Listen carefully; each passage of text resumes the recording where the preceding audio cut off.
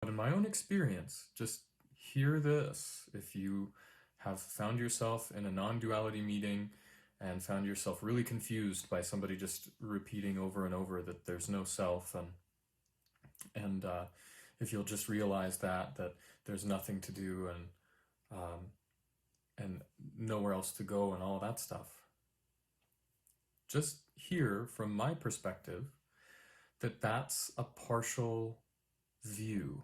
That's a partial experience.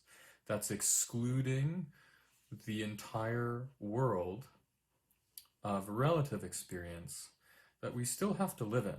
Whether or not what is being said in these meetings is absolutely true at a level that is beyond verbal concept, it doesn't do you a lot of good if there isn't some kind of practical way to apply it.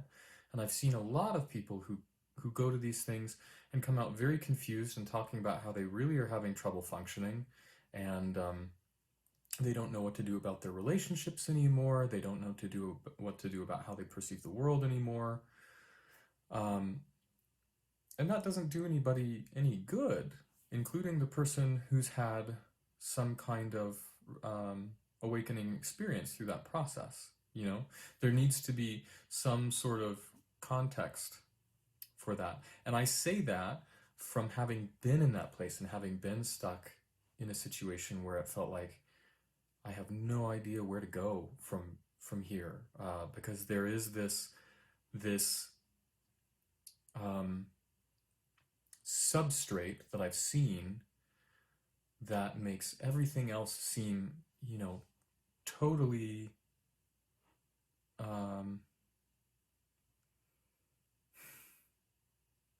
it makes other things pale in comparison, right? It's a very strong experience to have. But without any context for that, and without letting it sort of sink into the body and inform the way that you live your life, which hopefully you're going to have to continue living your life, because life is very much worth living.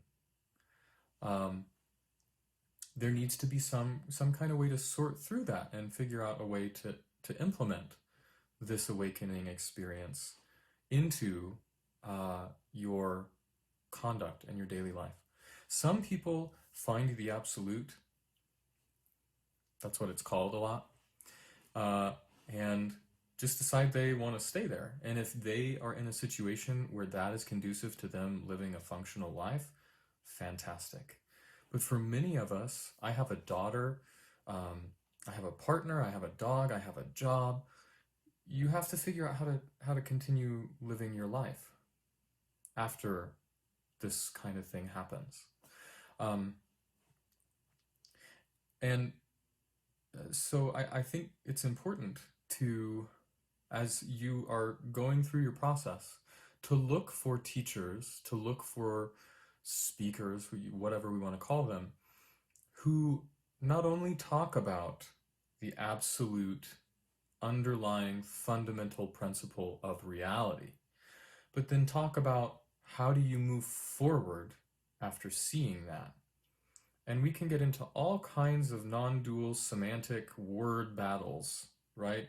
That's very trendy right now, is to get into these kind of semantic debates about the ontology of where all of this is coming from and everything else. And it just is kind of, it's a little bit of waste of time. It might be entertaining, but on a practical level, it doesn't really move a needle a whole lot in terms of your life or anybody else's in many cases. In some cases, it really makes stuff click for somebody. But I find, at least I have found in my own experience, that just took me further into the mind. And not only took me further into the mind, but there's a very real risk when it comes to awakening and self-realization that a person could fall into a kind of spiritual narcissism where they feel like they have the truth, it is the absolute truth, it's all that matters, and whatever anybody else says, and no matter what their context is and everything else, they must be wrong because they're not using the same vocabulary that the person who had the realization is using. That doesn't really do anybody any good either. Um, in my view and in my experience, awakening and self-realization is profoundly, profoundly humbling, and should, at least in many cases, and again, there's a word I'm not supposed to use, but if there isn't some kind of humility and an immense amount of empathy and compassion for what others are going through with this process, then again, on a practical, day-to-day, embodied, how are you going to orient your understanding of this level, it doesn't do a lot of good in my experience. So just be aware as you go on and explore content and read and look for speakers and teachers and everything else, that this is not a get out of jail free card as far as it's gone over here. Does it reduce suffering? Absolutely. Does it recontextualize life in a very radical way? Absolutely. Can it make things very confusing at times? Absolutely. And so it's finding a way to contextualize an understanding that most of us are not at all geared for, and to make it a functional and hopefully beneficial part of life after this kind of initial shift or initial event. And don't expect an endpoint. That's my one other caution here, is that the only endpoint that any of us have as far as this thing goes is when we're in the ground. As far as I am aware, if there is somebody who's saying that they are fully realized, fully liberated, fully, all of that stuff, on one level, they may be very correct. On another level, they may not. So just kind of be on the lookout for these things.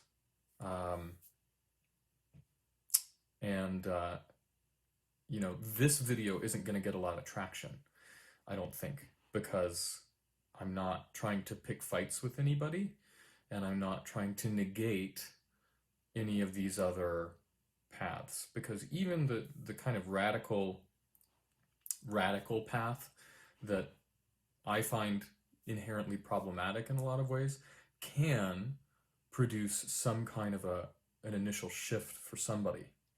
And I think that in many ways there's a lot of validity to what's being said there. The issue for me is that the way that things are stated in kind of radical non-dual meetings and by those teachers is that it's so close to absolute truth that it's kind of hard for somebody to implement in a practical way, because absolute truth, to be honest, as soon as it's spoken, can't be absolute truth. We can't articulate absolute truth. And the closer you get, the more confusing it's going to be. So unless somebody's really, really, really clear already in the first place, it's maybe just going to be harmful, honestly. Um, and then not having any context for that can be problematic. But that doesn't mean there isn't anything worthwhile there. Uh, very, very progressive paths have their issues as well that most people are very well acquainted with, where you're just spinning your wheels. So be careful out there. Trust yourself. Look for an understanding where it has fruits that are evidence of the understanding. And in my view, and in my experience, and in my opinion, those fruits include empathy, compassion, understanding, acceptance, and a willingness to be humble and to always be looking past this lens when it's possible, to understand others and to incorporate that as a part of wholeness rather than kind of stalwart, digging your heels into the sand kind of a viewpoint. Because at the ultimate level, at the bottom level of this thing, all of it's true and none of it's true.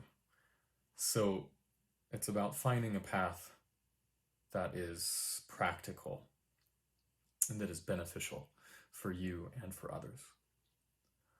All right, that's it. I don't know when I'll post anything else, but I hope that this is helpful for some of you. Take care.